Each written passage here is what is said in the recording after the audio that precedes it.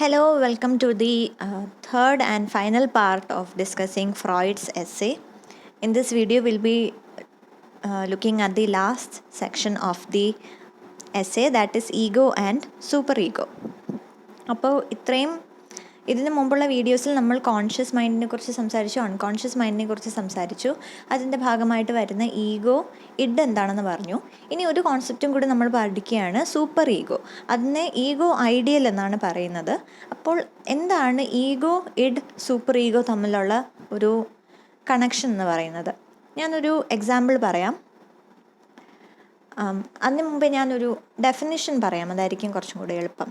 Definition പറഞ്ഞിട്ട് നമുക്കൊരു example പറയുമ്പോൾ കുറച്ചും കൂടി റിലേറ്റ് ചെയ്യാൻ പറ്റും.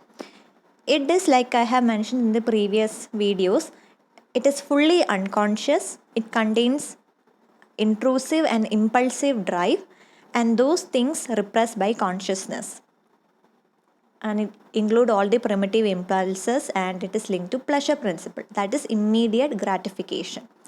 Ego is mostly conscious. In a way, it is our conscious self, and this part deals with the external reality and mediates between it and ego, superego.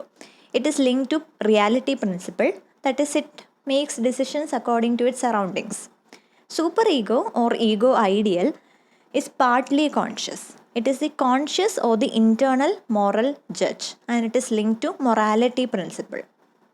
ഒരു example പറയുകയാണെങ്കിൽ, നമ്മൾ എക്സാമിന് ഇരിക്കുകയാണ്, ഒരു ആൻസർ കിട്ടുന്നില്ല. സോ ഒബ്വിയസ്ലി പെട്ടെന്ന് നമുക്കൊരു തോന്നലുണ്ടാവും, അടുത്തിരിക്കുന്ന ആളുടെ പേപ്പർ ഒന്ന് നോക്കുക എന്നുള്ളത്, ഒന്ന് എത്തിവലിഞ്ഞൊന്ന് നോക്കുക എന്നുള്ളത്.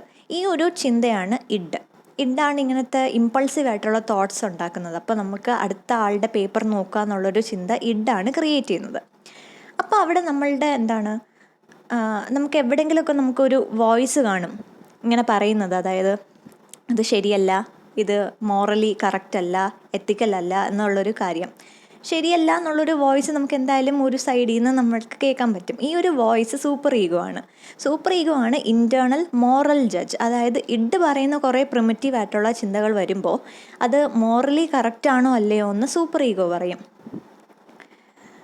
സൂപ്പർ ഈഗോ ആണ് ഇങ്ങനത്തെ ഒരു മോറൽ ജഡ്ജായിട്ട് പ്രവർത്തിക്കുന്നത്. അപ്പോൾ ഓബ്വിയസ്ലി ഇതിൻ്റെ ഇടയിൽ ഒരു കോൺഫ്ലിക്റ്റ് വരും.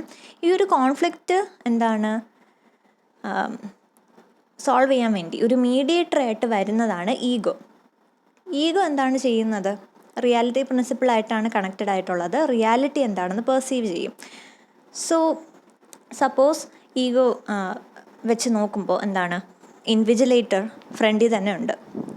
ആൾ അത്യാവശ്യം സ്ട്രിക്റ്റ് ആയിട്ടുള്ള ആളെന്ന് വിചാരിക്കുക. പുറത്തൊന്നും അല്ല നോക്കുന്ന, ക്ലാസ്സിലുള്ള എല്ലാവരെയാണ് നോക്കുന്നത്. അപ്പോൾ അത്യാവശ്യം ഒബ്സർവൻ്റ് ആണ്.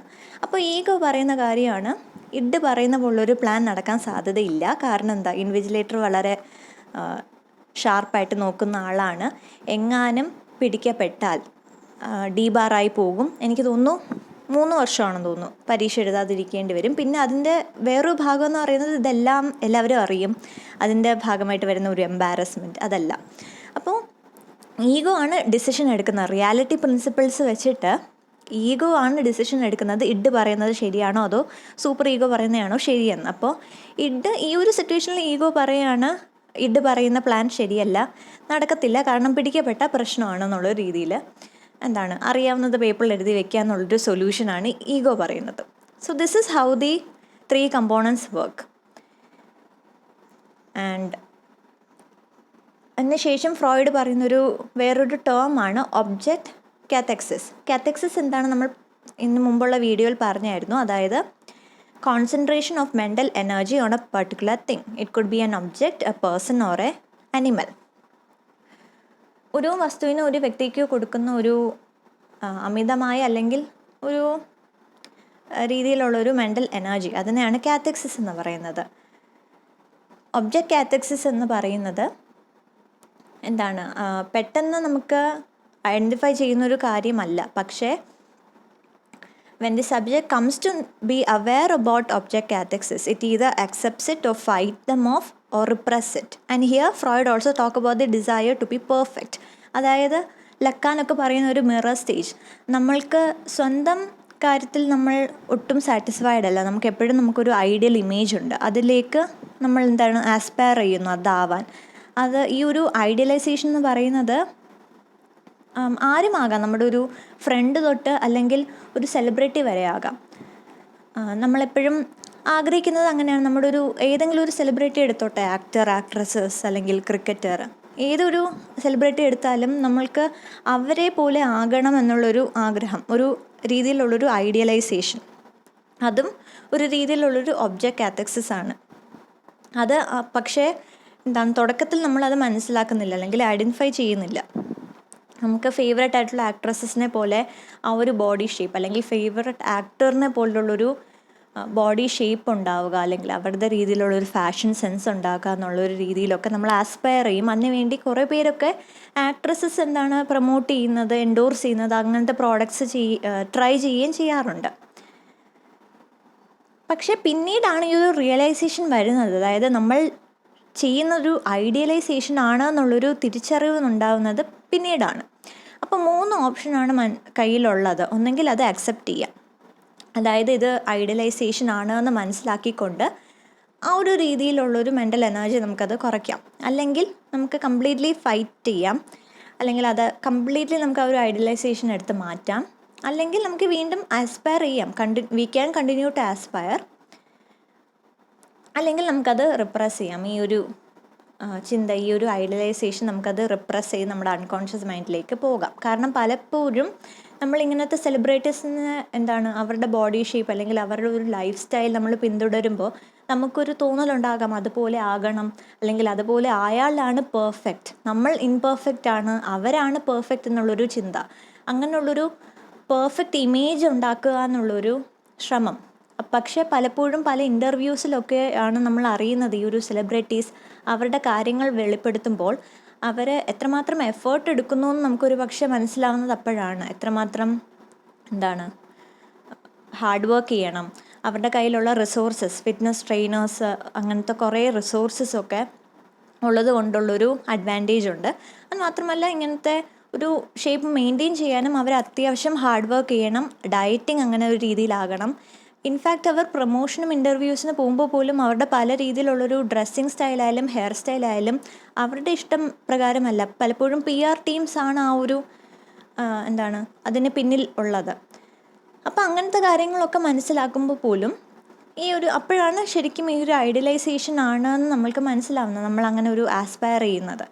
അപ്പോഴുള്ള നമ്മുടെ 3 ഓപ്ഷൻസാണ് ഞാൻ പറഞ്ഞത്. We can either accept it and move forward, or we can fight it off, or we can repress it. പിന്നീട് ഫ്രോയിഡ് പറയുന്ന വേറൊരു കാര്യമാണ് Oedipus complex and Electra complex. And Oedipus കോംപ്ലക്സിനെ കുറിച്ച് പറയുമ്പോൾ ഈ 2 ടേംസും കൂടുതലും ഫ്രോയിഡിൻ്റെ ഈ ഒരു എസ്സേയിൽ നമ്മൾ കൂടുതലും കാണുന്നതാണ്. ഫ്രോയിഡിൻ്റെ തന്നെ ഒരു കോൺസെപ്റ്റായിട്ട് തന്നെ നമ്മൾ പഠിക്കുന്ന ഒരു കാര്യമാണ്. And Oedipus complex, according to Freud, human beings repress their desire for incest. To prove the universal validity of his theory, Freud uses mythology and contemporary ethnography to prove it. According to Oedipus complex, made children will be attracted to their mother. In normal circumstances, the mind channelizes this desire into socially accepted outlet through defense mechanism of sublimation. അതായത് Oedipus complex എന്ന് പറയുന്നത് Oedipus എന്നുള്ളൊരു ക്യാരക്ടറിൻ്റെ ആ ഒരു സ്റ്റോറിയിൽ നിന്ന് വന്നതാണ്. അതിൽ പറയുന്നത് ആൺകുട്ടികൾക്ക് അവരുടെ അമ്മമാരോട് തോന്നുന്ന ഒരു രീതിയിലുള്ളൊരു അട്രാക്ഷൻ, അതുപോലെ അച്ഛന്മാരോട് തോന്നുന്ന ഒരു കോമ്പറ്റീഷൻ അല്ലെങ്കിൽ ജലസി, അതിനെയാണ് ഈഡിപ്പസ് കോംപ്ലക്സ് എന്ന് പറയുന്നത്. ഇതിൻ്റെ നേരെ കൗണ്ടർ പാർട്ടുണ്ട് ഇലക്ട്ര കോംപ്ലക്സ്. അഗെയിൻ ഇലക്ട്രയും ഒരു ക്യാരക്ടറാണ് ഗ്രീക്ക് മിത്തോളജിയിൽ, ഒരു കഥയുണ്ട്. You can refer that if you want. അത് നേരെ ഓപ്പോസിറ്റാണ്. Female children feeling certain attraction to their father and a certain competition or jealousy to their mother. അപ്പോൾ ഈ ഒരു 2 കോൺസെപ്റ്റും എടുത്തു വെച്ചിട്ട് ഫ്രോയിഡ് പറയാണ് ഈ ഒരു ഡിസയേഴ്സ് നമ്മൾ പലപ്പോഴും റിപ്രസ് ചെയ്യാണ്. കാരണം ഇങ്ങനത്തെ ഡിസയേഴ്സ് ആരാണ് ഉണ്ടാക്കുന്നത്? ഇഡായിട്ടുള്ള പ്രൈമൽ ഇമ്പൾസീവ് ആയിട്ടുള്ള തോട്ട്സൊക്കെ ഗവേൺ ചെയ്യുന്നത് നമ്മുടെ ഇഡാണ് ഇങ്ങനത്തെ ഈഡിപ്പസ് കോംപ്ലക്സിനും ഇലക്ട്ര കോംപ്ലക്സിനും അങ്ങനത്തെ രീതിയിലുള്ളൊരു ഡിസയേഴ്സിന് പിന്നിൽ പ്രവർത്തിക്കുന്നത്. അപ്പോൾ ആര് വരുന്നു? സൂപ്പർ ഈഗോ, നമ്മുടെ മോറൽ ജഡ്ജായിട്ടുള്ള സൂപ്പർ ഈഗോ വന്നിട്ട് പറയുകയാണ് ഇത് ശരിയല്ല, ഇത് മോറലി കറക്റ്റ് അല്ല, സൊസൈറ്റി ഒരിക്കലും ഇത് അക്സെപ്റ്റ് ചെയ്യത്തില്ല എന്നുള്ള രീതിയിലുള്ളൊരു മോറൽ കാര്യം സൂപ്പർ ഈഗോ പറയുന്നു. അപ്പോൾ ഇവർ തമ്മിലുള്ള കോൺഫ്ലിക്റ്റ് ഉണ്ടാകുന്നു. ഇതിൻ്റെ ഇടയിൽ മീഡിയേറ്ററായിട്ട് ഈഗോ ആണ് വരുന്നത്. ഈഗോ റിയാലിറ്റി പ്രിൻസിപ്പിൾ എന്ന് ഞാൻ പറഞ്ഞു. റിയാലിറ്റി നോക്കുമ്പോൾ എന്താണ് സംഭവിക്കുന്നത്? സൂപ്പർ ഈഗോ പറയുന്നതാണ് കറക്റ്റ്, അതായത് സോഷ്യലി അക്സെപ്റ്റബിൾ അല്ല, and it is also borderline incest. So ego says it is true, it is not socially acceptable. അപ്പം നമുക്ക് അവിടെ ഉണ്ടാകുന്ന ഒരു മെൻ്റൽ എനർജി, അതും ഒരു ഒബ്ജക്റ്റ് കാറ്റക്സിസ് തന്നെയാണ് ഈ ഒരു അട്രാക്ഷൻ. അപ്പോൾ അവിടെ ഉണ്ടാകുന്ന ഒരു മെൻ്റൽ എനർജി എന്ത് ചെയ്യാൻ പറ്റും? ഈഗോ ആണ് ഈ ഒരു എനർജിയെ സോഷ്യലി അക്സെപ്റ്റബിൾ ആയിട്ടുള്ള ക്രിയേറ്റീവ് ആയിട്ടുള്ള രീതിയിൽ ചാനൽ ചെയ്യുന്നത്. അതായത് നമുക്ക് പലപ്പോഴും ഉള്ളൊരു എക്സാമ്പിൾസായിട്ട് ഇവിടെ പറയാൻ പറ്റുന്നത്, നമുക്ക് നമ്മുടെ പാരൻസിൻ്റെ അതേ ജോലി ചെയ്യാനുള്ളൊരു ആഗ്രഹം, അല്ലെങ്കിൽ വേറെ ഏതെങ്കിലും ഒരു ആഗ്രഹമാകാം. സോഷ്യലി അക്സെപ്റ്റബിൾ ആയിട്ടുള്ള ക്രിയേറ്റീവ് ആയിട്ടുള്ള രീതിയിൽ നമുക്ക് തോന്നുന്ന ആ ഒരു എനർജിയെ ചാനലൈസ് ചെയ്യുക, ഡൈവേർട്ട് ചെയ്ത് വിടുക. ആ ഒരു കാര്യമാണ് കൂടുതലും ഈഗോ ചെയ്യുന്നത്. So again the point is the Oedipus complex or electro complex can be replaced with either the identification with mother, that is to develop feminine qualities, or intense identification with father, that is to develop masculine qualities. And another way to dissolve Oedipus complex is the creation of ego ideal or superego, which will be partly conscious or partly unconscious, and it will be based on morality principle, and it will tell us what is right and what is wrong.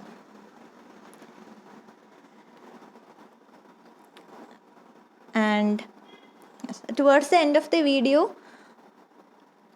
towards the end of the essay actually, the author talks about psychoanalysis acting as a bridge to dissolve the gap between individuals and their assumptions about species, and how race memory can also be stored in unconscious. അതായത് ഈ എസ്സേയുടെ അവസാനം അദ്ദേഹം വീണ്ടും psycho അനാലിസിസിലേക്ക് തന്നെയാണ് തിരിച്ചു വരുന്നത്. ഇത് actually psycho അനലിസ്റ്റുകൾക്ക് വേണ്ടിയുള്ളൊരു essay ആണ്, കാരണം അവിടെ വി എന്നുള്ളൊരു പ്രോനൗണാണ് കൂടുതലും ഉദ്ദേശിക്കുന്നത്. പക്ഷെ വി എന്ന് ഉദ്ദേശിക്കുന്ന റീഡേഴ്സിനെ അല്ല, ഫെല്ലോ സൈക്കോ അനലിസ്റ്റിനെയാണ് അദ്ദേഹം ഉദ്ദേശിക്കുന്നത്. സോ സൈക്കോ അനാലിസിസിൽ വരുന്ന കുറച്ച് ടേംസ്, അതിലൂടെ എങ്ങനെ നമുക്കൊരു പേഷ്യൻറ്റിനെ അനലൈസ് ചെയ്യാം എന്നുള്ളൊരു രീതിയാണ് അദ്ദേഹം ഡിസ്കസ് ചെയ്യുന്നത്. അപ്പം അതിലൂടെ തന്നെ സൈക്കോ അനാലിസിസിൻ്റെ മെയിൻ എയിം എന്ന് പറയുന്നത് ഇങ്ങനത്തെ കുറച്ച് ഇൻഡിവിജ്വൽസിൻ്റെ അവരുടെ ഹ്യൂമൻ സൈക്കിയെക്കുറിച്ചുള്ള കുറച്ച് കാര്യങ്ങൾ ക്ലിയർ ആക്കുക, അവരുടെ ഹ്യൂമൻ സൈക്കിയെക്കുറിച്ച് കൂടുതൽ മനസ്സിലാക്കിക്കുക.